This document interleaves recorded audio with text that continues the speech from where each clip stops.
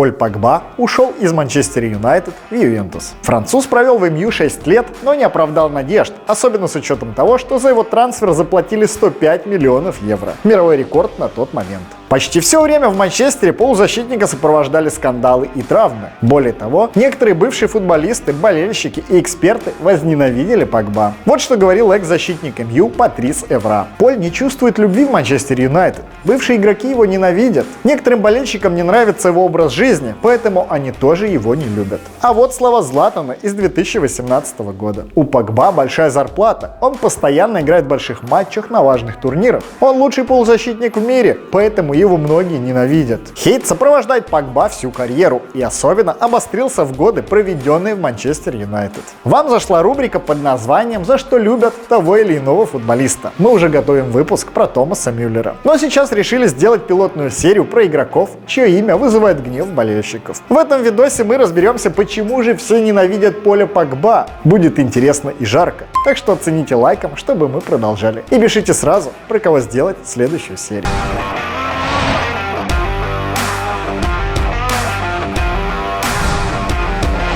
Одна из основных претензий в адрес Погба связана с деньгами. В 2016 году Манчестер Юнайтед выложил Ювентусу 105 миллионов евро. Еще около 49 миллионов в качестве комиссии получил агент Мино Райола, скончавшийся в этом году. По контракту француз получал около 10 миллионов евро в год чистыми и стал самым высокооплачиваемым футболистом в АПЛ, хотя уже перед сезоном 2021 занимал 8-е место в рейтинге. Кроме того, он получал почти 3,5 миллиона евро в год выплат за имиджевые права и бонус в размере около 2,2 миллионов евро за каждый выход МЮ в Лигу чемпионов. Рекордные деньги и огромная зарплата легли грузом на Погба. Каждое его движение анализировали под микроскопом. Поль оказался в МЮ перед сезоном 16-17. В клуб пришел Мауриньо, подписали Златана и Мхитаряна, кстати, тоже клиентов Райолы. От Юнайтед ожидали борьбы за титул, но команда выступила еще хуже, чем год назад, заняв 6-е место в АПЛ. Зато выиграла Лигу Европы, Кубок Лиги и Суперкубок Англии. В первом же матче после возвращения Погба впечатлил. Провел на поле все 90 минут, а по итогам встречи стал лидером команды по числу касаний мяча и передач. Однако, по мере того, как Юнайтед Мауриньо буксовал, Погба все чаще критиковали. Нельзя сказать, что Поль играл отвратительно. Возможно, даже наоборот. По версии Хускорт, он был лучшим футболистом МЮ и третьим по рейтингу в АПЛ после Азара и Алексиса Санчеса.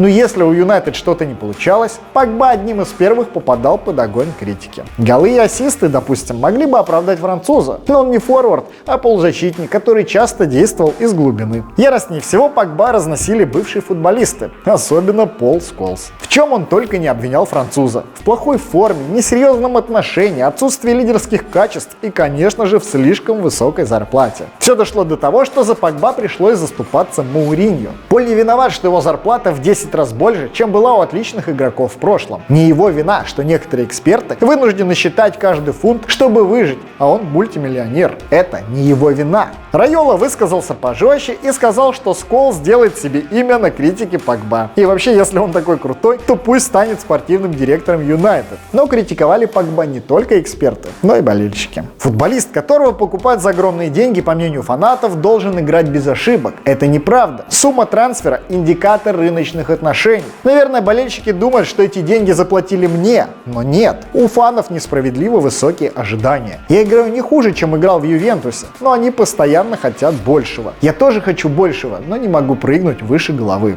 рассуждал Поль. С другой стороны, Погба и его агент Райола никогда не были равнодушны к деньгам, даже 18 лет. Не секрет, что в 2009-м МЮ подписал Поль из Академии Гавра, и тот переход был связан со скандалом. О нем мы рассказывали в недавнем видосе про зашквар Юнайтед. Поначалу полузащитник рубился за молодежку, но сэр Алекс Фергюсон видел большой потенциал во французе. По чуть-чуть его подтягивали к тренировкам с основой и в заявку на второстепенные матчи. Проблема была в том, что у Погба истекал контракт с Красными Дьяволами в 2012 году. И уже тогда начались торги. Фергюсон предлагал около 20 тысяч фунтов в неделю. Ни один игрок резерва не мечтал о таких деньгах, но получил отказ. Погба пытались убедить игроки Юнайтед и даже легенда клуба Пэдди Крэрон. Он ходил к Полю домой и беседовал с его семьей. После разговора Крэрон понял, что за Погба уже приняли решение и парень поедет в Ювентус. Фергюсон винил во всем Райолу, а Мино парировал, парировал, говоря, мол, если его клиенты так ценят, то почему не дают больше минут в матчах за основу? В итоге Райола выбил для Погба 4-летний контракт на $1 миллион в год в Юве и комиссию в 1,6 миллионов для себя. С годами ничего не изменилось. Последние 2 сезона медиа наводнили новости о том, как Погба и Райола торгуются с Манчестер Юнайтед о новом контракте. Естественно, основные разногласия были по зарплате. Как видим, стороны не договорились и Погба ушел. Но ушел не с пустыми руками. МЮ выплатит ему около 4,5 миллионов евро бонусов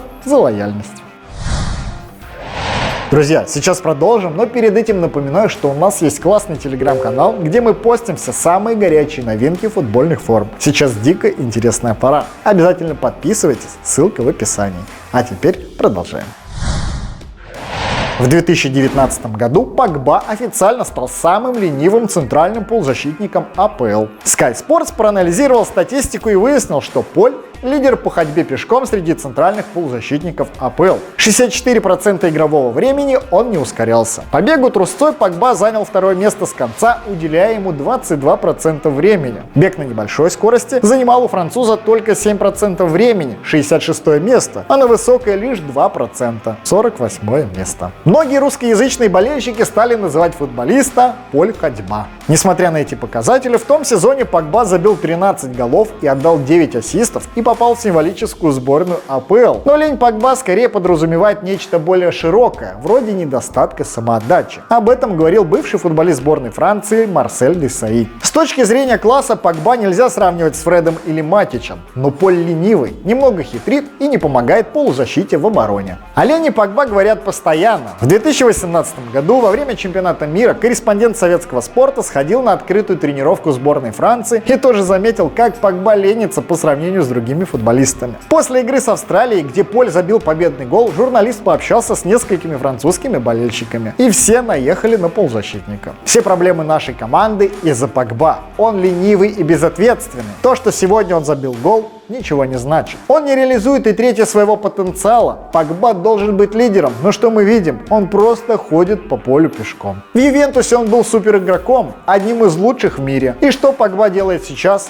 Он занимается чем угодно, но только не играет в футбол. Еще одна большая проблема – травма. До возвращения в Манчестер Юнайтед у Поля было лишь одно серьезное повреждение. В Юве он дернул заднюю и пропустил 49 дней. После перехода количество травм аномально увеличилось. За 6 лет в МЮ Погба провалялся на больничном 565 дней. Это 1,5 года. Аналитики считают, что причина травм – психология. На Погба сильно давили, он нервничал и поэтому ломался. А у Ральфа Рангника другое мнение. В декабре просочилась инфа, якобы временный главный тренер считает, что Погба не заслужил новый контракт. В первую очередь немцу не понравилось отношение игрока к процессу восстановления после травмы. Претензия вполне адекватная, потому что Погба не раз ловили на подобном. В 2019 году травмированный француз посреди сезона гонял в Штаты, где поиграл в баскетбол с Джимми Батлером. В декабре того же года он поехал на свадьбу брата и, несмотря на травму, зажигательно потанцевал. А еще спустя месяц Поль приехал на неделю моды в Париже, ну и костылях. Или вот другая история, правда не связанная с травмой. После чемпионата мира 2018 Мауриньо попросил Погба пораньше вернуться в расположение Манчестер Юнайтед. Но Поль отказался прерывать отпуск и в тот же день закатил в Лос-Анджелесе вечеринку. Потом полетел во французскую Полинезию для продолжения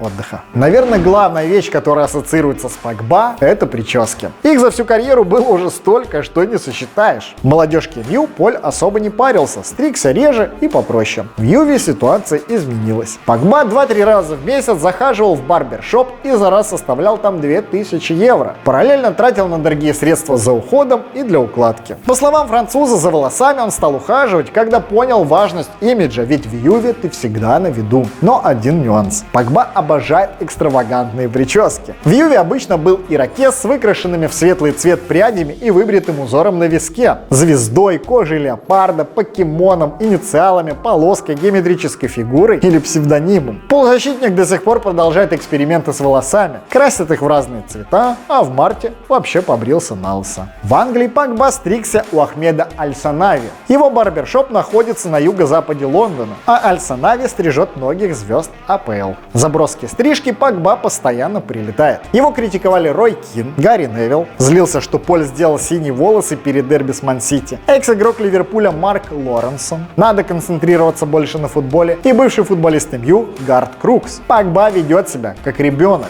На все претензии Поль дерзко отвечает. Похоже, это особенность европейского менталитета. Здесь, видимо, тем, кто играет в футбол, нельзя менять прически. Футбол — это не про внешность игрока, а про то, что происходит на поле. Если кому-то не нравится моя прическа, он не обязан на нее смотреть. Вот и все. Погба без ума от танцев и музыки. Музло сопровождает его везде. В машине, дома и в раздевалке. В команде его называют DJ Pox. Француз предпочитает американский хип-хоп от Мигос, Дрейка, Фьючер и Трэвиса Скотта. Уважает британский грайм и исполнителей вроде Stormzy. Кстати, трансфер в МЮ Adidas объявил мощным танцем Погба и этим рэпером.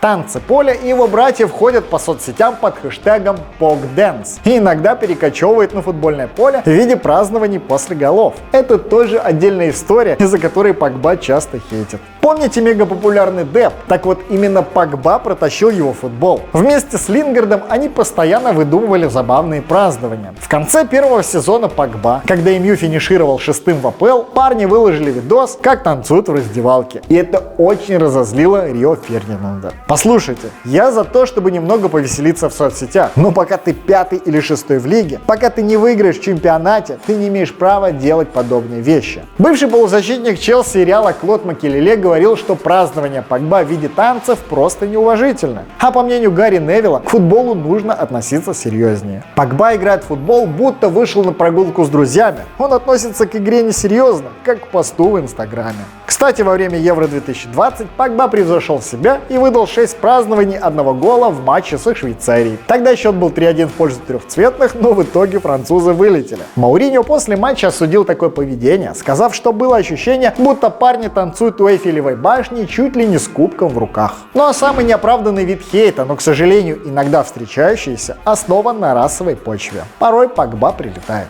Свежий пример был на Евро 2020. Фанаты сборной Венгрии издавали обезьянье уханье, когда Погба и Канте получали мяч. В Ювентусе история с уханьями тоже случалась, но тут Поль ловко вырулил. Он подошел к ухавшим болельщикам и подарил им футболку. Каким-то образом те успокоились и, по словам француза, аплодировали ему в конце матча. Периодически Погба прилетают оскорбления в соцсетях. Обычно это случается после неудачных матчей. Поль всегда реагирует адекватно. Не истерит, называет невежеством и использует оскорбления как топливо для новых достижений. В 2020 году на фоне популярности движения Black Lives Matter Погба даже выбил на виске кулак в знак борьбы с расизмом. Погба однозначно топовый игрок, выигравший кучу трофеев, но за ним всегда будет тянуться шлейф хейта. Он много зарабатывает, эпатирует и сильно выделяется из толпы. Но давайте честно, Погба не виноват, что ему столько платят. Он сам вправе решать, какие прически носить и во что одеваться. А вопрос отношения к делу пусть будет на его совести. Не всем, как Кришу, дано пахать в тренажерке целыми днями. И если Погба остается в топе, несмотря на весь хейт и все обвинения, значит он достаточно хорош для того, чтобы быть на вершине. Может, во второй раз в Ювентусе в полной мере себя раскроет. Если вам зашла рубрика, оцените ее лайком. Также жду ваших идей по следующим сериям. Ну и на канал обязательно подписывайтесь и жмите колокольчик. Прошлые видосы найдете тут, тут и тут. Я Юра Русанов, Мяч Лаб. Не слушайте никого. Пока.